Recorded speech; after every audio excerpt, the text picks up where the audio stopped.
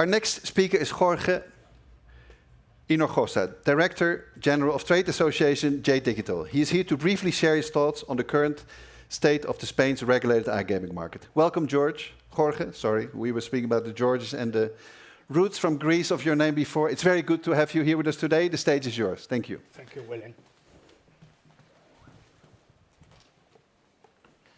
Good morning. Thanks, William. I do confuse always with my name, as you. I mean, no, if I am Jorge or George. So today, I am going to be George. It's easier to say Jorge for me, but I will say George. And thank you all of you for being here. The state of the regulated Spanish gaming market. Well, this year I'm going to show you a few slides, and I think it will be much better for me to explain you what I think, and I think it will be easier for you to understand me in English. So thank you, William. Thanks all your team. This is a good opportunity to share and to state this morning. Of course, when you decide to celebrate gaming in Spain, we didn't know about the Supreme Court decision. So we have now the new news from the Supreme Court, but at the same time we have many other questions that we can share. Where we are? But Xavi before has explained much better than me everything about the update of the regulation, of the regulatory framework. Probably I'm going to repeat, I hope, just a little bit, but we have to, where we are. Some data on the online gambling market in Spain, I think is quite opportune, is quite good today. And second point I'm going to talk with you is regulatory framework. And two questions that are very important for the sector, for the gambling market. Other regulatory initiatives and possible incident to the gambling. And finally, challenges of the sector, the social responsibility, and perhaps, I'm not sure, a new moment for relation with the regulator, for the DOJ. Just a few data. We have from the last profile players 2023, data from the regulator, we have 1,637,000 players, active players, monthly 789,000. Number of players by type of segment, most of them is bettings, decreasing 2% last year. Casino near 1 million and growing up 21%. And poker 349,000, increasing 7.69%. Sorry, euro no, percent. Two or three more data, and I think very important for the next situation, regulatory framework in Spain. Average annual expenditure is 736 euro. It depends, men, women, but that's average annual. And very important for me to explain that the range between 18 and 25-year-old is only 333 euro. I mean, less than €1 per day. So I think it's not a really problem in this country that the young people is not a problem playing with that data. What is the DOJ preoccupation? More intensive players, less occasional players, less players with more losses. Of course, if you make a really restricted market, you are getting that result. So there's not one problem from the operator. It's one problem from the market that you have been regulated in the last 3 years. And finally, one data I think very important, thinking about the net royal decree on cross-operator deposit limit. 66% of players only in one operator. 2008,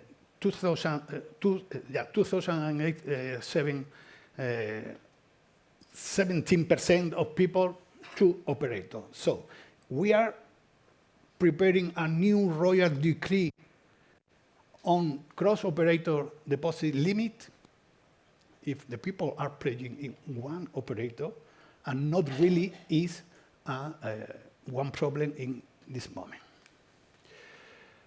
So, online gambling in Spain showed the last year increased by 28%, for the first time up to 1.2 billion euros.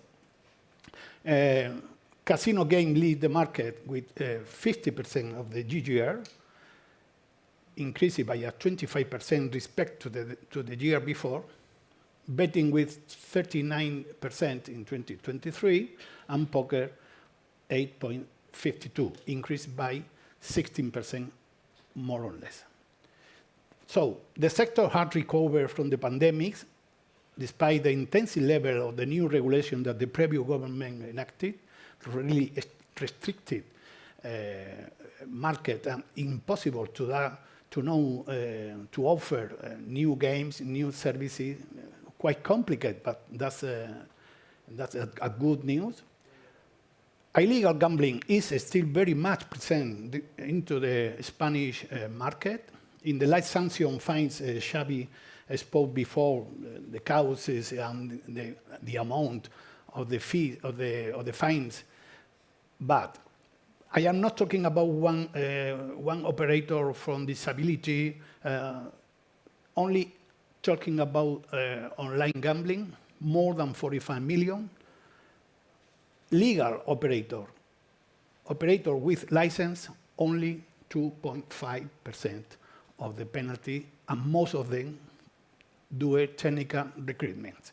So we have good operator doing good, and the result of the sanction, the fees, the fines is just really, how Xavi said before, we are not going to get any euro from that illegal operator. Spain is one of the countries in Europe with the lowest level of problematic gambling. That's national drug plan.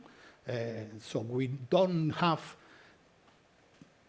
we have to work always about the safer gambling market, but it's not one problem in Spain. And the gambling market, of course, can grow. I don't know, Willem, if 10 more, 15, but there are the possibility to grow in the future. So it's necessary to expand and improve the range of the games, maybe more live games. We have now roulette, maybe blackjack, maybe another games can be their opportunity to stay in our market. Show gaming, another option of bingo. We can and we should to improve the experience for users and open the door for further innovation. About regulatory framework, I am going to try to give another point of view different of Xavi. The Royal Decree on Safer Gaming Environment. Well, just exactly the last 15th of March was 100% into force. So now we have 2 years that the regulator has to prepare the new algorithm. So we have to work close to the regulator and paying really very many attention to the decision of the regulator. That's very important for the future, depending. And at the same time, in Europe, and ECBA is working on that, is another possibility to get a new algorithm, very important. And one question for the future, and not today the moment to resolve, will Supreme Court's ruling have effects in this royal decree? We didn't claim, but in the future, with any sanction or fines with the royal decree, can the operators go against, well, for lawyer, not for me today?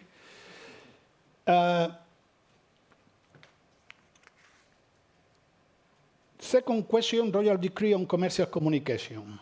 Well, you know that the Supreme Court declared 5 article nulls. Well, some lawyer, even Cuatro Casas, said maybe with the same reasons they could declare all the Royal Decree null, and at the same time with the same reason they could leave the Royal Decree on force. But anyway, 5 articles that declare null. But this is with limited consequences. That for 2 reasons. The first one, because the government, in another law, the audiovisual communication law, introduced the slot from 1 to 5. So we have law already to limit the time for advertising. And the second one is the limited consequences because we have a self-regulation code. So we have 2 elements to take clear. What can the government, well, and even with, according with before Xavi and I tried to say before, self-regulation code, the copy advice, 98% of the copy advice are declared according to the law and according to the self-regulated code. So we have very safer and market from the operator side. What can do the government? Well, the government can do, the first option is to do nothing.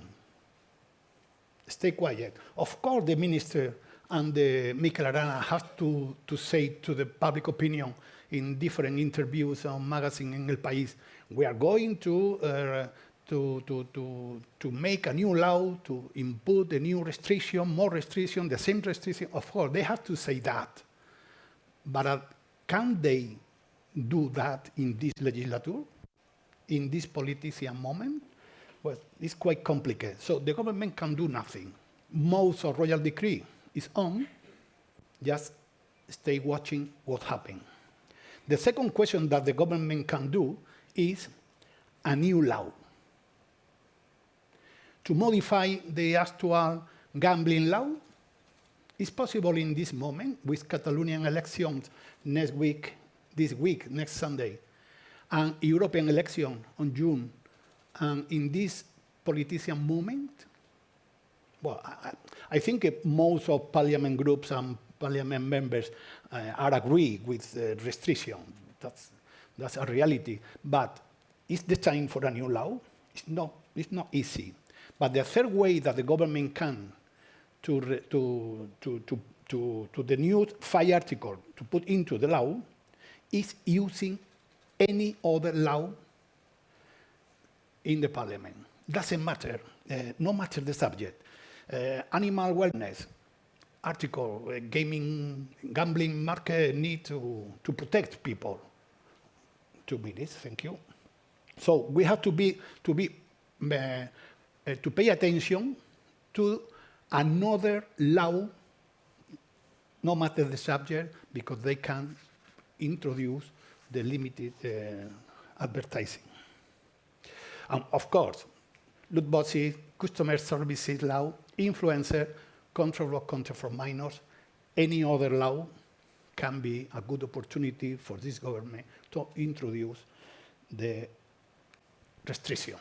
So, the gambling market is the following year. Just in 1 minute, I'm going to, that's the reason because I prepared the slides. It's easy for you to read it. But less competition in the market, growth of illegal market, and we find that the users will be in the regulator's agenda. And we have to stay looking for solution. We advocate for market diversification and to make much better market. And from Jdigital, what can we do and what are doing? And what can we say in this morning? We continue to advocate for a responsible gambling market.